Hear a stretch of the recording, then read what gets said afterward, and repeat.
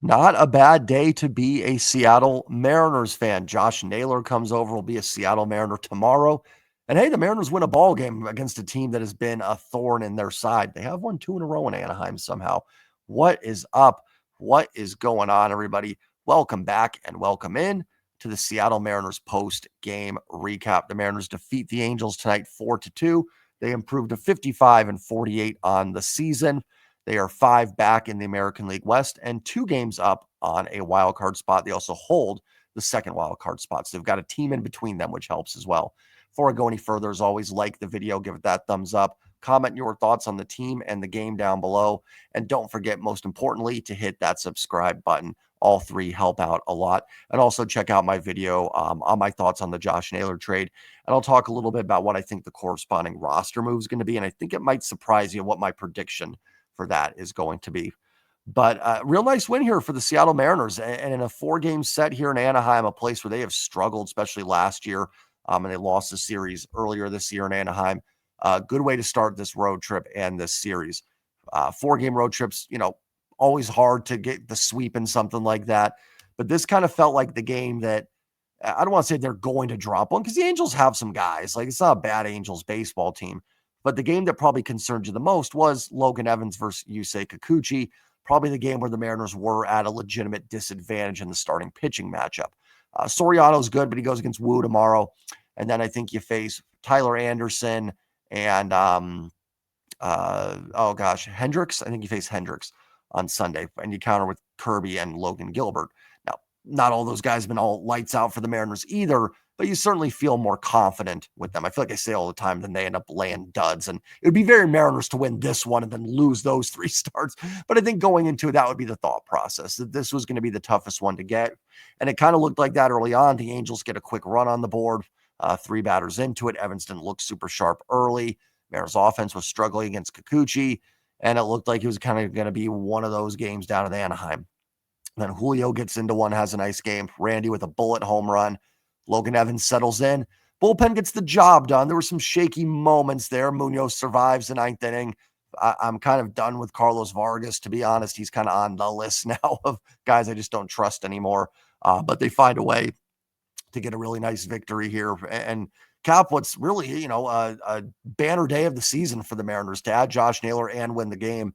All in all is really good. And they gain ground on Houston in the division, and they extend their wild card lead. So it's rare in Mariners fandom that we've had days like a full day where there's nothing to be upset about, but this would probably be as close as we can get to it. So Mariners are now set up well the rest of the road trip. And you got to think a little emotional boost too, getting Josh Naylor here tomorrow. I won't spend too much time on Naylor because I put a video up on that and you're clicking this for post-game recap.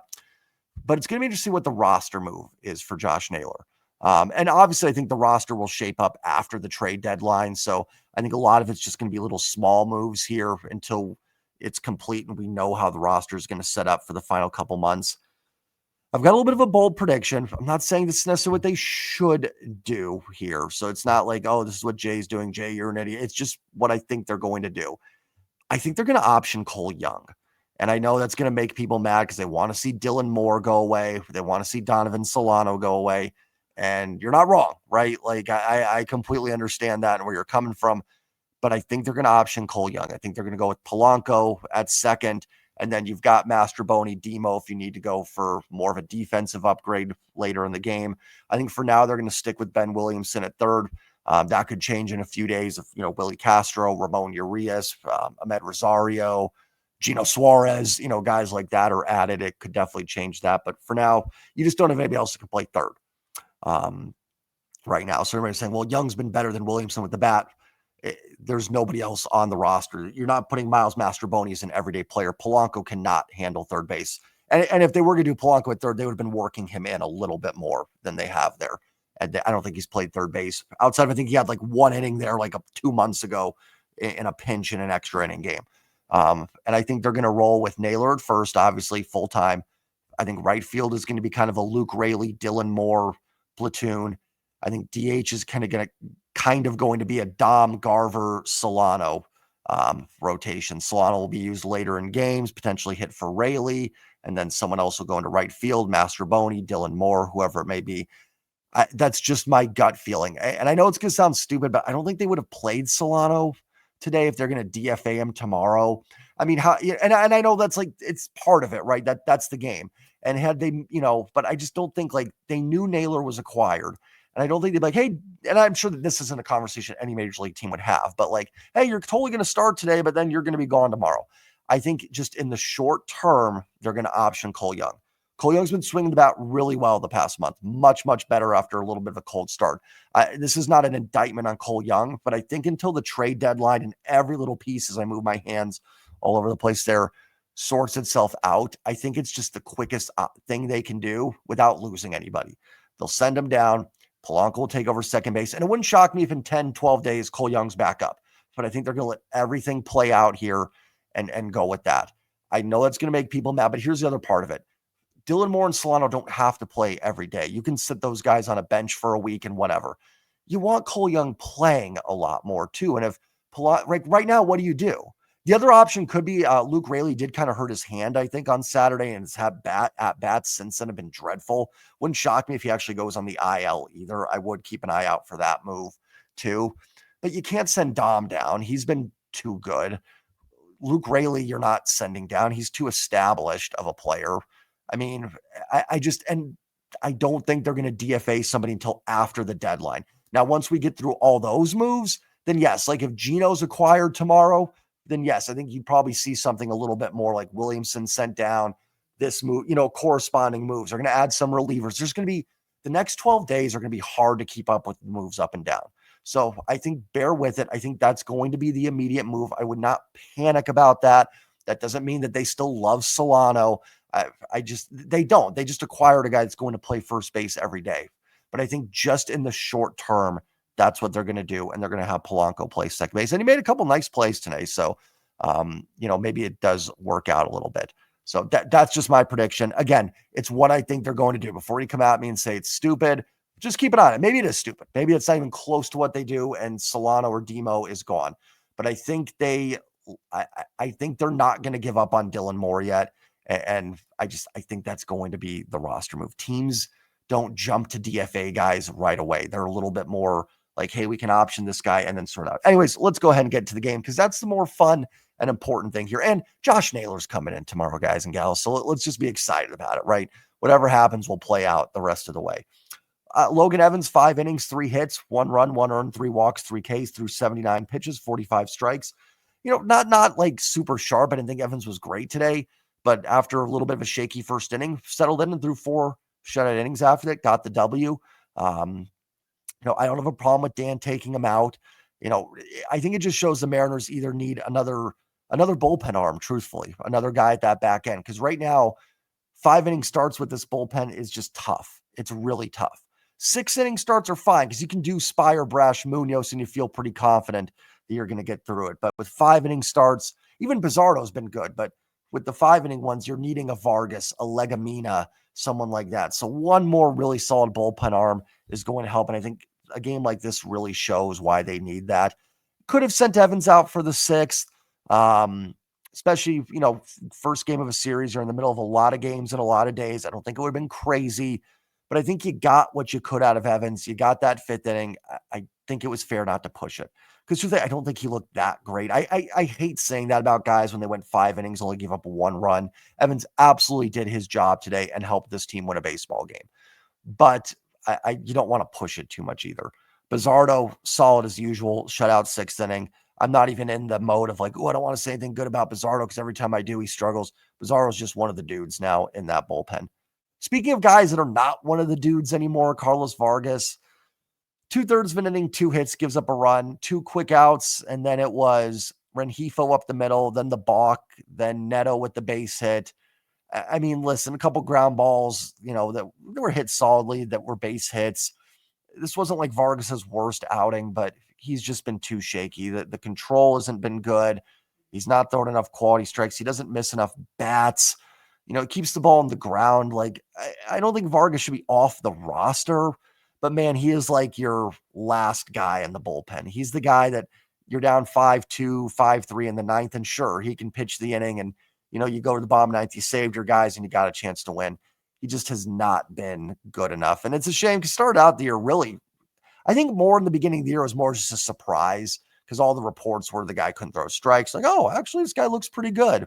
Then he kind of became a dude there for a little bit. And now he's just back to he's a generic relief pitcher guy. I mean, probably a little bit better than that, but he's just a random reliever. There's hundreds of those guys in baseball. You need someone with a little bit more impact in there. Gabe Spire, 2/3 of an inning, gets Mike Trout to fly out. I think it should be noted that Spire has been really good against lefties and righties this year. Like, there's no reason Spire should just be used for lefties. And funny enough, then the one lefty, Shanuel, gets the base hit against him to start the inning, but then he gets Ward to ground out. Huge by Spire to get Mike Trout in that situation. Brash does his thing, couple strikeouts and 2/3 of an inning. Munoz a little bit dicey in the ninth. It kind of seems to be Munoz's MO the last month or so is to make every ninth inning interesting. I will defend him. I know.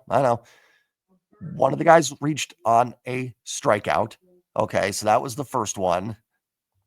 Sorry, I had to pause the video for a second. I don't know where I left off, but Lamont Wade reaches on a strikeout. It was a wild pitch. Like it wasn't, but it was a nasty pitch that he swings over the top of, reaches. That is bad luck to an extent. Like, I mean, it is a wild pitch, but reaches on that. And then Neto, was it Neto? Yeah, Neto reaches. It would hit hard, but it was an infield hit as well. And then Trout, I don't really blame them for being very careful there. I think it was an intentional walk. If Trout wanted to chase a few pitches, great. But if not, they were going to take their chances with Shanuel. Now, funny enough, like the guys that reach base probably made worse contact than the guys that didn't that inning. Like you had a guy reach on a strikeout infield hit. Shanuel makes pretty good contact, sinking line drive that I thought for sure off the bat was a base hit. And Randy makes the catch there to preserve the victory. So kind of a weird outing there from Munoz. Gets it done. But yeah, certainly hasn't been. Remember April, May. I mean, there was nothing. It was yawn. Munoz is coming in. This is easy. It's been a little more stressful the last month or so, but does get the job done. And again, Cal blocks that strike, or it's a little bit more up and you can catch it. I don't think any of this we wouldn't even be looking at a game where bases were loaded in this. A lot of Munoz's blown saves or tough outings have been some really just kind of generic BS a little bit. The only one where I think he was really like, was the Yankees one, to be honest. He is not throwing as many quality strikes. I will say it. The control has not been quite as there for Munoz. Brewers was a good example with the walks, as the dogs apparently want to bark at Munoz's outing. They just can't go a video without barking, can they? They don't bark all day. They do not bark once throughout the day. And then as soon as I start this video, they start barking. But maybe because Munoz is a cat guy. I don't know. But gets it done. Anyways, let's move on to the lineup. Mariners collect 8 hits, 3 walks, strike out 11 times, 4 runs. Did leave a couple runs out there. I mean, they're hitting the long ball, but man, there's some opportunities in the first inning. You had second and third, 1 out. I think in the 6th inning, you had runners at the corners, or second and third again with 1 out. Be really nice. You just lift a fly ball there, get those runs in. Probably could have avoided using some of your higher leverage guys today, and it just would have made these games a little less stressful. Love the home runs. Keep them coming. But could we get a sac fly? Could we hit a little chopper off the plate that results in a run scoring instead of striking out in those at-bats there? JP was 1 for 5. JP's been a little cold. Would like to see him get on a bit of a hot streak. The walks feel like I don't have the numbers in front of me. I feel like they've really diminished. Julio with a solid game, base hit and a home run. Get Julio away from T-Mobile, man. He's crushing it. At home has been rough, and I wonder if it's really gotten inside his head, because I think his road numbers, again, don't have them in front of me, but are pretty solid. Cal 1 for 4 with a walk, had the base hit. I don't remember. I think the walk was in the first inning, so Cal on base twice. Randy, the 2-run home run. He's got 19 now on the season. Mitch Garver had a base hit, had the double. Polanco 1 for 3 with a walk and a home run for Polanco. That was home run at number 16. Boy, it's great to see Polanco heating up, because obviously in April, I think I was a borderline MVP candidate. Then he really cooled off. It was one of those guys where like the overall numbers are good because of that April. And he was just scuffling. It looked like last year's Polanco. And now he's back. Certainly not April red hot, but much closer to April than what we saw in kind of May and June. So really, really encouraged by Polanco bouncing back. And this lineup's going to look really good with Josh Naylor. You're going to have JP, Julio, Cal, Randy, Naylor, Polanco. Then you're going to have like Rayleigh, Canzone, Who am I missing there? Maybe both of them. Rayleigh 7, Canzone 8, Ben Williamson 9. Like, that's a solid lineup. This lineup's gonna look so good with Josh Naylor in it. So good. Solana was 1 for 4. Dylan Moore had a walk and had a couple foul balls. It's better than he's had in the last month. Canzone pinched hit was 0 for 1.